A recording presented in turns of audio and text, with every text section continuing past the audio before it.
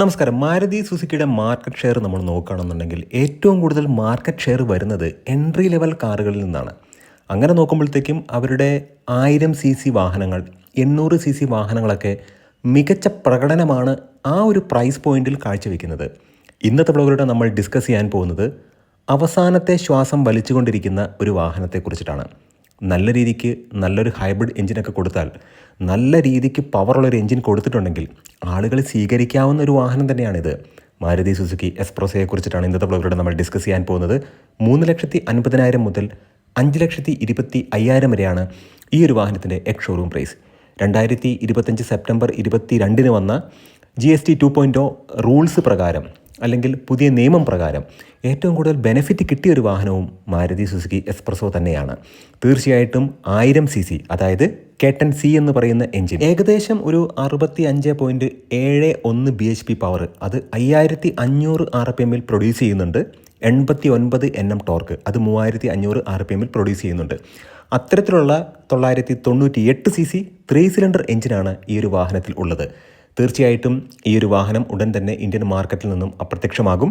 2 air bag മാത്രമാണ് ഇപ്പോൾ ഈ ഒരു വാഹനത്തിലുള്ളത്. തീർച്ചയായിട്ടും ഈ ഒരു കോണ്ടന്റ് ഉപകാരപ്രദമാകുമെന്ന് വിശ്വസിക്കുന്നു. കാരണം എസ്പ്രസോ എടുക്കണമോ വേണ്ടിയോ എന്നൊക്കെ ആലോചിച്ചിരിക്കുന്ന ആളുകൾ ഉണ്ടായിരിക്കാം. അവർക്ക് വീഡിയോ കാണുന്നതിലൂടെ ഒരു തീരുമാനത്തിലെത്താൻ കഴിയും എന്നാണ് എൻ്റെ വിശ്വാസം. ഈ ഒരു കോണ്ടന്റ് ഉപകാരപ്രദമായെങ്കിൽ നമ്മുടെ ചാനലിൽ ഒന്ന് സപ്പോർട്ട് ചെയ്യുക, സബ്സ്ക്രൈബ് ചെയ്യുക, മാക്സിമം ലൈക്ക് ചെയ്യുക, ഷെയർ ചെയ്യുക, കമൻറ്റ് ചെയ്യുക. എല്ലാവർക്കും എഞ്ചിൻ ബേയുടെ മറ്റൊരു വ്ളോഗിലേക്ക് ഹാർദമായ സ്വാഗതം. ആദ്യമേ തന്നെ പറയട്ടെ, ഹാർടെക് പ്ലാറ്റ്ഫോമിലാണ് ഈ ഒരു വാഹനം വരുന്നത്. വാഹനത്തിൻ്റെ എഞ്ചിൻ 3 സിലിണ്ടർ എഞ്ചിനാണ്. അത് നമ്മൾ പറഞ്ഞു. ഇപ്പോൾ 3 സിലിണ്ടർ എഞ്ചിൻ എന്ന് പറയുമ്പോഴത്തേക്കും മറ്റ് വാഹന നിർമ്മാണ കമ്പനികളുടെ 3 സിലിണ്ടർ എഞ്ചിനുകളുമായിട്ട് കമ്പയർ ചെയ്യുമ്പോഴത്തേക്കും മച്ച് ബെറ്ററാണ് മാരുതി സുസുക്കിയുടെ 3 സിലിണ്ടർ എഞ്ചിനുകൾ. നമ്മൾ നോക്കുകയാണെന്നുണ്ടെങ്കിൽ ഓൾട്ടോ K10 സെയിം എഞ്ചിൻ തന്നെയാണ് ഇവിടെ ഉള്ളത്. ഈ എഞ്ചിൻ തന്നെയാണ് വാഗണാറിൻ്റെ 1 ലിറ്ററിലൊക്കെ ഇരിക്കുന്നത്. അപ്പോൾ അങ്ങനെ നോക്കുമ്പോഴത്തേക്കും റിഫൈൻമെൻറ്റ് ലെവലിൽ ഈ ഒരു എഞ്ചിൻ വളരെ മികച്ചതാണ്. 3 സിലിണ്ടർ എഞ്ചിന് വൈബ്രേഷൻ ഉണ്ടായിരിക്കും എന്ന് നമുക്കറിയാം.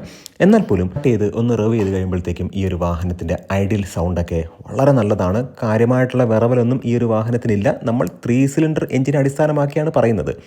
അങ്ങനെ നോക്കുമ്പോഴത്തേക്കും അത്യാവശ്യം നല്ലൊരു എഞ്ചിനാണ്. പക്ഷേ പവർ ഫിഗേഴ്സിലേക്ക് വരുമ്പോഴത്തേക്കും 66 bhp പവർ, കറക്റ്റ് പറയുകയാണെന്നുണ്ടെങ്കിൽ 65.71 bhp പവർ, അത് 5500 RPMലാണ് പ്രൊഡ്യൂസ് ചെയ്യുന്നത്. നോർമലി ഒരു വാഹനം ഓടുന്ന സമയത്ത് ഒരു 3000-3200 RPM അല്ലെങ്കിൽ 3500 അടുപ്പിച്ചൊക്കെയാണ് നിൽക്കുന്നത്. അങ്ങനെ വരുമ്പോഴത്തേക്കും ഈ 65 bhp പവറൊന്നും അവിടെ ലഭിക്കില്ല. കൂടിപ്പോയി കഴിഞ്ഞാൽ ഒരു 50-55 bhp പവറൊക്കെയാണ് അവിടെ ലഭിക്കുന്നത്.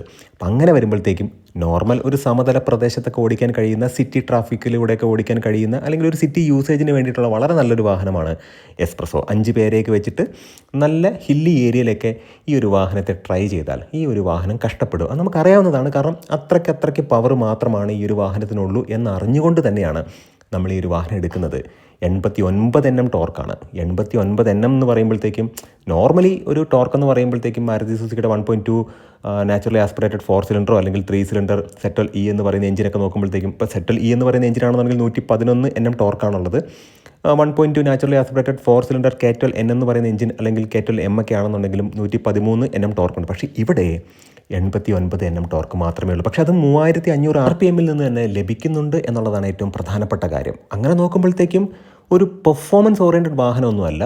അത്യാവശ്യം നമ്മുടെ കാര്യങ്ങളൊക്കെ സഹായിച്ചെടുക്കാനായിട്ട് സിറ്റി ട്രാഫിക്കിലൊക്കെ ഓടിക്കാൻ കഴിയുന്ന, വലിയ കയറ്റമില്ലാത്ത പ്രദേശങ്ങളിലൊക്കെ കൊണ്ടു നടക്കാൻ കഴിയുന്ന ഒരു വാഹനമാണ്. ഇപ്പോൾ നമ്മൾ നോക്കുകയാണെന്നുണ്ടെങ്കിൽ നല്ല കയറ്റത്തിലൊക്കെ ഈ ഒരു വാഹനം പോവുകയാണ്, എതിരെ ഒരു വാഹനം വരികയാണ്, നിങ്ങൾ ബ്രേക്ക് ചവിട്ടിയിട്ട് പിന്നൊന്ന് കാല് കൊടുത്തെടുക്കണം എന്നുണ്ടെങ്കിൽ കുറച്ച് കഷ്ടപ്പാട് തന്നെയാണ്. അപ്പോൾ അതൊക്കെ മനസ്സിലാക്കിക്കൊണ്ട് ഈ ഒരു വാഹനം എടുക്കുക. CNG ഉണ്ട്.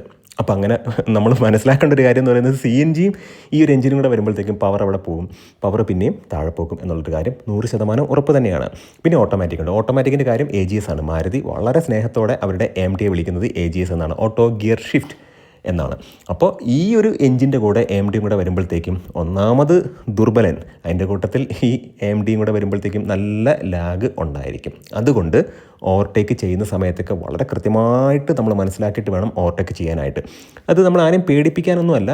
യഥാർത്ഥത്തിൽ ഈ ഒരു വാഹനത്തിനകത്തിരിക്കുന്ന സ്പെസിഫിക്കേഷൻ ഇതാണ്. ഇത് മനസ്സിലാക്കി ഓടിക്കുക എന്നുള്ളതാണ് ഏറ്റവും പ്രധാനപ്പെട്ട കാര്യം. അല്ലാതെ നമ്മുടെ കയ്യിലിരിക്കുന്ന ഒരു പെർഫോമൻസ് വാഹനമാണെന്നുള്ള ധാരണയിൽ, അല്ലെങ്കിൽ നമുക്ക് ഓവർടേക്ക് ചെയ്യാം എന്നൊരു വിചാരത്തിൽ കാല് കൊടുത്താൽ AMT ആണെന്നുണ്ടെങ്കിൽ വണ്ടി അങ്ങ് പമ്മും. പിന്നെയാണ് വണ്ടി ഇങ്ങനെ ആലോചിച്ച് പിടിച്ച് ഗിയറൊക്കെ ഡൗൺ ചെയ്ത് അല്ലെങ്കിൽ ഗിയറൊക്കെ അപ്പ് ചെയ്തിട്ട് മുമ്പോട്ട് പോകാനായിട്ടുള്ളൊരു ശ്രമം നടത്തുന്നത്. ആ ഒരു സമയമാകുമ്പോഴത്തേക്കും ഫ്രാക്ഷൻ ഓഫ് എ സെക്കൻഡ് എതിരെയുള്ള വണ്ടി നമ്മുടെ അടുത്തേക്ക് വരും. നമ്മളങ്ങനെ ഇതിനെ ഇങ്ങനെയാണ് സാഹചര്യം എന്നാണ് നമ്മൾ പറഞ്ഞത്. നമ്മുടെ കയ്യിലിരിക്കുന്ന വണ്ടി ഇതാണ്. അതുകൊണ്ട് ഇപ്പോൾ ഓവർടേക്ക് ചെയ്യേണ്ട, നമുക്ക് അത്യാവശ്യം സ്പേസ് ഉള്ളൊരു സമയത്ത് ഓവർടേക്ക് ചെയ്യാം എന്നൊരു ചിന്ത മാത്രം ഉണ്ടായാൽ മതി. പിന്നെ അസിസ്റ്റ് ഈ ഒരു വാഹനത്തിന് തീർച്ചയായിട്ടുമുണ്ട്. ഹൈറ്റ് അഡ്ജസ്റ്റബിൾ സീറ്റ് കാര്യങ്ങളൊന്നുമില്ല. പിന്നെ നമ്മൾ നോക്കുകയാണെങ്കിൽ 27 ലിറ്റർ ആണ് ഈ ഒരു വാഹനത്തിൻ്റെ ഫ്യൂൽ ടാങ്ക് കപ്പാസിറ്റി എന്ന് പറയുന്നത്. സീറ്റിംഗ് കപ്പാസിറ്റി നമുക്ക് 4 പേർക്ക് കംഫർട്ടബിൾ ആയിട്ട് പോകാം. 5 പേര് പോയാലും കുഴപ്പമൊന്നുമില്ല. ഇതിൻ്റെ ഒരു പ്ലസ് പോയിന്റ് ആദ്യമേ പറയാം. നല്ല സീറ്റിംഗ് കംഫർട്ടാണ്. ഒരു ഹൈറ്റ് അഡ്ജസ്റ്റ്മെൻറ്റ് സീറ്റും കൂടെ കൊടുത്തെങ്കിൽ അതിന് കൂടിപ്പോയാൽ ഒരു 7500 രൂപയൊക്കെ, അല്ലെങ്കിൽ ഇപ്പം ബൾക്കായിട്ട് പ്ലാന്റിൽ നിന്നും ഇത്തരത്തിൽ വാഹനങ്ങൾക്ക് ഹൈറ്റ് അഡ്ജസ്റ്റ്മെൻറ്റ് സീറ്റ് കൊടുക്കുമ്പോഴത്തേക്ക് എനിക്ക് തോന്നുന്നു ഒരു 5000 രൂപയ്ക്കൊക്കെ കാര്യം വളരെ കൃത്യമായിട്ട് ഹൈറ്റ് അഡ്ജസ്റ്റ്മെൻറ്റ് കൊടുക്കാം. അങ്ങനെ വരുമ്പോഴത്തേക്കും അത് ഓൾറെഡി വാഹനം ഒരു 180 മില്ലിമീറ്റർ ഗ്രൗണ്ട് ക്ലിയറൻസ് ഉള്ളൊരു വാഹനമാണ്. ടോപ്പ് എൻഡിലൊക്കെ 14 ഇഞ്ച് വീലുകളാണ് വന്നിട്ടുള്ളത്. അപ്പോൾ അതുകൊണ്ട് തന്നെ ഹൈറ്റുള്ളൊരു വാഹനമാണ്, കയറിയിരിക്കാൻ നല്ലതാണ്. പിന്നെ നമ്മൾ നോക്കുകയാണെന്നുണ്ടെങ്കിൽ ഈ ഹൈറ്റ് അഡ്ജസ്റ്റ്മെൻറ്റ് സീറ്റ് ഉണ്ടെങ്കിൽ കുറച്ച് ഹൈറ്റ് കുറഞ്ഞ ആളുകൾക്ക് അതൊരു ഉപകാരപ്രദമായിരിക്കും.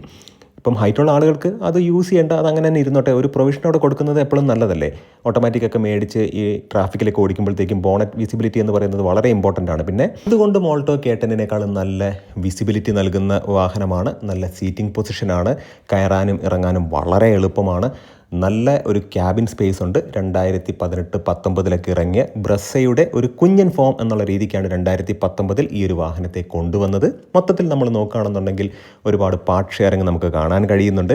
പിന്നെ ഒരു എക്സ്പോർട്ട് ക്വാളിറ്റി വാഹനം എന്നൊക്കെ നമുക്ക് പറഞ്ഞാൽ പോലും അത് എക്സ്പോർട്ട് ചെയ്യുന്നുണ്ട്. അതുകൊണ്ട് തന്നെ നിങ്ങൾ നോക്കുകയാണെന്നുണ്ടെങ്കിൽ ഫ്രണ്ടിൽ ബോണറ്റ് റിലീസ് ചെയ്യുന്ന ആ ഒരു ബട്ടൻ്റെ ആ ഒരു പ്ലേസ്മെൻ്റ് ഉണ്ടല്ലോ, അതേപോലെ തന്നെ ആ ഒരു പ്രൊവിഷൻ, ആ ഒരു ചെറിയൊരു ബട്ടൺ വെക്കാനുള്ള ഒരു പ്രൊവിഷൻ്റെ സ്പേസ് നമ്മുടെ ലെഫ്റ്റ് സൈഡിൽ നമുക്ക് കാണാൻ കഴിയുന്നുണ്ട്. പിന്നെ ഇക്കോ അതുപോലുള്ള വാഹനങ്ങളിൽ സെലേറിയിലൊക്കെ കണ്ടിട്ടുള്ള ആ സെയിം മീറ്റർ ക്ലസ്റ്റർ തന്നെയാണ്. പക്ഷേ പല ഹൈ എൻഡ് ആയിട്ടുള്ള, ഞാൻ ഏത് വാഹനമാണെന്നും പറയുന്നില്ല, അത്തരം വാഹനങ്ങളിൽ കാണുന്ന രീതിയിലുള്ള സെൻട്രൽ കൺസോളിനോട് കുറച്ച് സാദൃശ്യമുള്ള രീതിയിലാണ് ഇതിൻ്റെയും റൗണ്ട് ഷേപ്പിലുള്ള സെൻട്രൽ കൺസോളും അതുമാത്രമല്ല അതിനകത്തുള്ള ഇൻഫർടൈൻമെൻറ്റ് സിസ്റ്റം കാര്യങ്ങളൊക്കെ വന്നിട്ടുള്ളത്. സീറ്റിംഗ് പൊസിഷൻ വളരെ നല്ലതാണ്. സുഖകരമായിട്ടിരിക്കാം. നല്ല ക്യാബിൻ സ്പേസ് ഉണ്ട്. കുഞ്ഞു വാഹനമാണ്, എവിടെയും കൊണ്ടുപോകാം. കുറച്ചും കൂടി ഒരു പവറുള്ളേ, കുറച്ച് വില കൂട്ടിയാലും കുഴപ്പമൊന്നുമില്ല. നല്ലൊരു എഞ്ചിനാണെന്നുണ്ടെങ്കിൽ ഈ ഒരു വാഹനത്തെക്കുറിച്ച് അറിഞ്ഞ് എടുക്കുന്ന ആളുകളുണ്ടല്ലോ, നല്ല ബോഡി, ഈ ഒരു ഷേപ്പ് നിലനിർത്തി അത്യാവശ്യം നല്ലൊരു സ്റ്റൈലിങ്ങിൽ നല്ലൊരു ബോഡി, നല്ലൊരു ബിൽഡ് ക്വാളിറ്റിയിൽ ഈ ഒരു വാഹനം കൊണ്ടുവന്ന് നല്ല പവർഫുൾ ആയിട്ടുള്ളൊരു എഞ്ചിൻ, ഒത്തിരി പവർ വേണമെന്ന് ഞാൻ പറയുന്നില്ല, അത്യാവശ്യം ഫ്യൂൽ എഫിഷ്യൻസി നൽകുന്ന പവർഫുൾ ആയിട്ടുള്ളൊരു എഞ്ചിൻ കൊണ്ടുവന്നാൽ സിറ്റി യൂസ് ആണെന്നുണ്ടെങ്കിൽ ലോങ് ഡ്രൈവ് പോകണമെന്നുണ്ടെങ്കിലൊക്കെ ആളുകൾ ഈ ഒരു വാഹനത്തെ ഓപ്റ്റ് ചെയ്യും. കുറച്ച് വില കൂടിയാൽ പോലും അതിനകത്തിരിക്കുന്ന സ്പെസിഫിക്കേഷനും അല്ലെങ്കിൽ എഞ്ചിൻ ബാക്കിയുള്ള കാര്യങ്ങളും നല്ലതാണെങ്കിൽ തീർച്ചയായിട്ടും ആളുകൾ ഇതിനെ ഓപ്റ്റ് ചെയ്യും. പക്ഷേ 2 എയർ ബാഗുമായിട്ട് ഈ ഒരു വാഹനം ഇപ്പോഴും നിലനിൽക്കുകയാണ്. ഇഗ്നിസിന് പുറകെ ആര് എന്നൊരു ചോദ്യത്തിന് ഉത്തരം നിങ്ങൾക്കിപ്പോൾ കിട്ടിക്കാണും. തീർച്ചയായിട്ടും ഈ ഒരു കോണ്ടന്റ് ഉപകാരപ്രദമായി എന്ന് വിശ്വസിക്കുന്നു. നല്ല നല്ല ഇൻഫോർമേറ്റീവ് ആയിട്ടുള്ള വീഡിയോസുമായിട്ട് നമുക്ക് വീണ്ടും കാണാം. നിങ്ങളുടെ സ്നേഹത്തിനും സപ്പോർട്ടിനും ഒരിക്കൽ കൂടെ നന്ദി. ഇതിൻ്റെ പെയിൻ ക്വാളിറ്റിയെ കുറിച്ച് ഞാൻ പറഞ്ഞിട്ടില്ല. ഈ ഒരു വാഹനത്തിൻ്റെ പാർട്ട് ഷെയറിങ്ങിനെ കുറിച്ച് ഞാൻ പറഞ്ഞിട്ടില്ല.